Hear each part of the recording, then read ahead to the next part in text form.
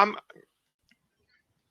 I was going to say good morning, but I won't. But good morning it is, because it is morning at the moment. But it may not be morning when people watch this. So hello and welcome. I'm really thrilled to be joined today by Ruth Wildman from ACS, who is both a really lovely friend of mine, but also an IT specialist local to me here. And we were having a conversation just the other day about how things are going and about kind of moving forward and various bits and pieces. And there were a couple of things that really jumped out at me in that conversation, and I thought I'd really love to capture that. So today was a lovely opportunity for me to welcome you into Remo and let you have a look at how Remo can work as a virtual networking platform. But tell me a little bit more about you, Ruth. Tell me a bit about ACS, and then perhaps we'll talk something more about what we were talking about the other day. Yeah, sure. So ACS are based in Wheaton Green. We provide IT support and services to companies in the southeast, and basically act as an outsourced IT department for them. But on the back of that, we have some such as printing solutions and now cloud solutions, yeah, so we've been kept quite busy over the last few weeks while everyone else has been out enjoying the sunshine. We've been trying to keep people working and moving things to home offices and setting up home offices and yeah, generally trying to keep people working. And how are people finding all of that transition? I think one of the interesting things, particularly talking about Remo, is kind of how so many people have been kind of, oh, we could never do that online. Oh, we face-to-face is so important. We could never make that work. And what has happened is people have been forced to, and so are starting to discover actually what can be done online. How are you seeing that kind of from where you are? We're seeing two sides to it, really. So as you say, people have sort of often talked about trying to work remotely or flexible working and this sort of thing, and as you say, they've now been sort of forced into it. So two sides that we've seen. One is people that have really embraced it, and literally to the point where they're saying, we're not going to renew our office lease. We're all just so used to working from home. It's working really well. Staff are more relaxed. Yeah, it's really working for us. So therefore, we're just going to carry on. We've got the other side of it where people are really struggling, and I think there's two sides to that as well. There's the personal side. Some people just do not like working from home, being on their own. They need that structure of an office environment, which is understandable. And the other side of it is, although some things like Teams, Zoom, Remo are absolutely brilliant for this sort of thing and for connecting, and we've seen it before over the last few weeks, whereas we would have had a telephone meeting, maybe with a rep or something for a company that's not UK based, we've had a video call instead. And I think that's better. So we'll probably be doing in the future. However, there are areas where you think you really need to have certain teams in an office together, because everyone sort of needs to know what's going on, and that's not that.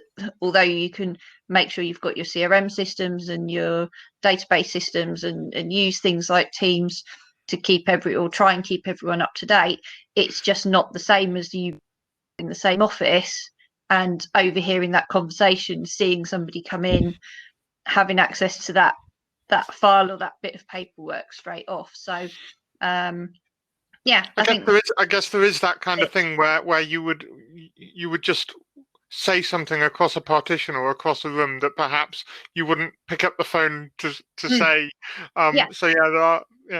Yeah, exactly. And yes, you can instant message, and I've been trying to get for our team, for example, I've been trying to get them to use the instant messaging in Teams more rather than for that sort of thing, that little thing that you would just shout out to somebody. pop it in Teams and a message, which we are doing to some extent, but it's still just not quite the same. Not quite the same. And then because you and I enjoy sharing a pint from time to time, we got on to talking about pubs, and we were talking about printing and various things, and kind of how kind of I hear that you're no longer going to be able to stand at the bar and order your drink. You're going to have to do that on an app, and they're going to be kind of throwaway menus rather than menus that can be reused and all that sort of thing, which kind of brought us on to talking about printing and tell me a little bit more about kind of your thoughts on that, because I was really quite interested in.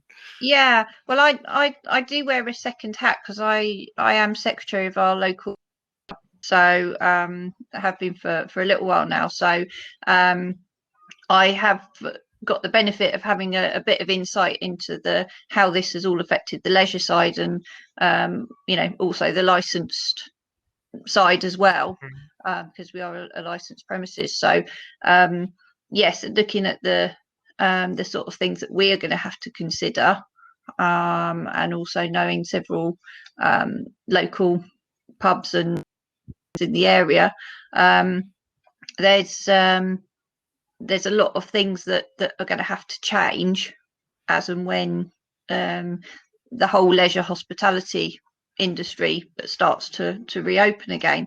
There will be social distancing.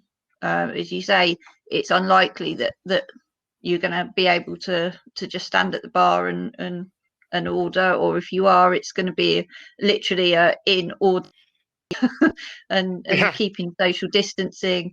The type of signage that these premises are going to have to provide, both with regards, we've seen it a little bit in retail already, where retail establishments are being allowed to open.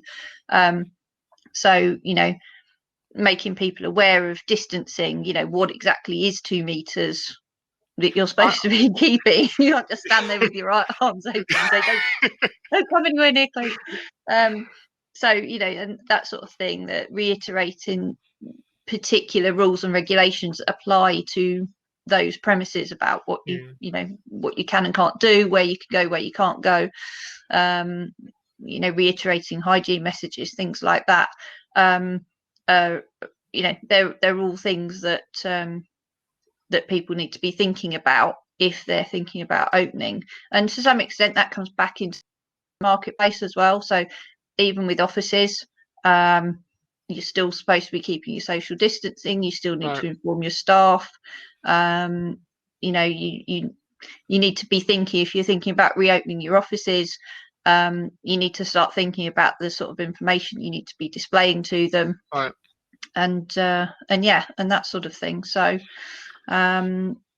we've been working quite closely with Oki Print. I've been for number of years, and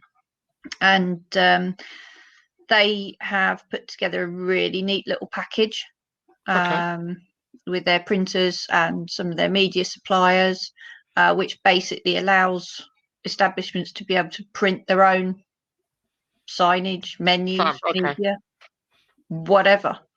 Because I was saying, I joking, well, not jokingly, but I said to you yesterday, it must be great for printers who've got a pub who say, well, we're going to need thousands and thousands of menus, and you quite rightly stopped me in my tracks and went, actually, yeah, you can buy 6 months worth of menus, but that gives you no flexibility. Whereas for a pub to think about it differently might give them more flexibility without it necessarily being ridiculously more expensive to be able to print them in-house. Yeah, exactly. That's the thing. I was having a look online the other day. Things like the 2 meter floor banners, sticky floor banners. Online, they're selling for like £24-25 each. Wow. And if you think, if you're in a premises that has quite a heavy footfall, how many times they're going to need to be replaced, that is soon going to mount up. Whereas if you can just print your own off at less than £3 a pop, as and when you need it, as and when one needs to be replaced, A, quicker, and B, you're only printing or only buying what you need at that time. And like you say, it gives you flexibility.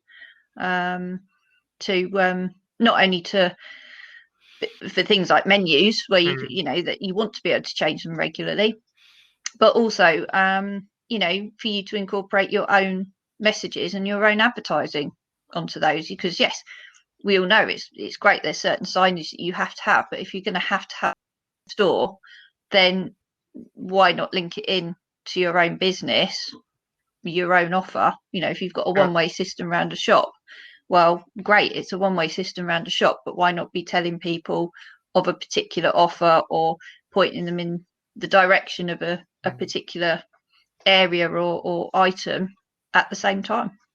Yeah, and the other thing you mentioned, because we were kind of talking about how easy it is for people to buy the wrong printer, so not to give thought to actually how much they are going to need to print, and then feeling that it's expensive, whereas actually if they'd bought a different printer to start with, actually the cost per unit might have been more sensible because they are doing as much printing as they are doing. How do you go about having those sorts of conversations and helping people to actually do the right thing? Because I'm guessing no matter how big it is, the world is always the same, where you walk into wherever and the printer is dirt cheap, and then 2 weeks later you realize you need another set of cartridges which are nearly as expensive as the printer.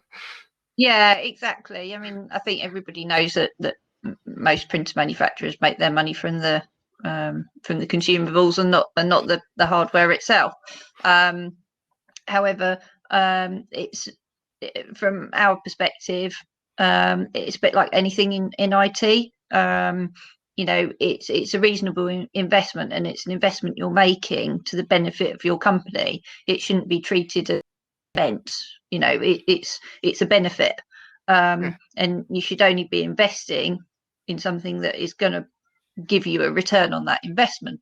So therefore, the important thing is to step back a bit and look at what you're looking to achieve, and then, you know, on the top of that, with regards to printing anyway, you know, what is that going to entail?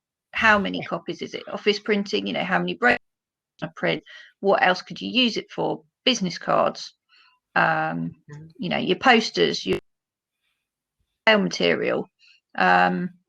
So it's important to get that right from the outset. So not only what you're looking to print, but how much, what size. Do you want to print white? Do you want to print clear?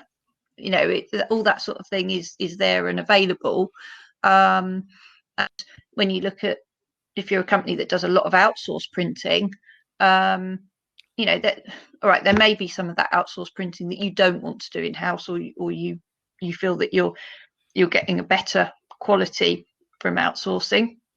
But you know, then look at the flexibility you've got of being able to tweak some point of sale material to be able to just print something straight off. You know, you suddenly get stock in before a bank holiday, or the weather's suddenly going to be really nice, or alternatively really bad. You know, you don't want to have spent a fortune on buying in a load of point of sale material, advertising barbecues and parasols, and then the weekend is, you know, bank holiday weekend is a complete washout. Then you know, you could have printed those and based it around something maybe a little bit more like DIY based. Absolutely. Thing, look at what you're printing, look at the quantity, then you can work out your cost per copy, and your return on investment, and make sure that what you buy is going to be up to that job. So size of cartridges, for example, if you're going to be printing 20,000 sheets a month, don't buy something that only has 5,000 sheet capability cartridges, because then you'll think that you haven't got value for money, which you haven't. You'll be right. Yeah, absolutely. Ruth, look, it's been really great to spend a bit of time with you this morning. How do people get in touch with you if they want to have a conversation? So the best thing to do is either email me directly, ruth.w@acstech.co.uk, give us a call on our office number 01628 819 500, or find me on LinkedIn. We have ACS Technologies UK page. Brilliant. Well, that's brilliant. I really appreciate your time. It's been great to speak, and all the best as we're coming out the other side of the pandemic. Absolutely. And I'll be waiting for that beer. Yeah, likewise.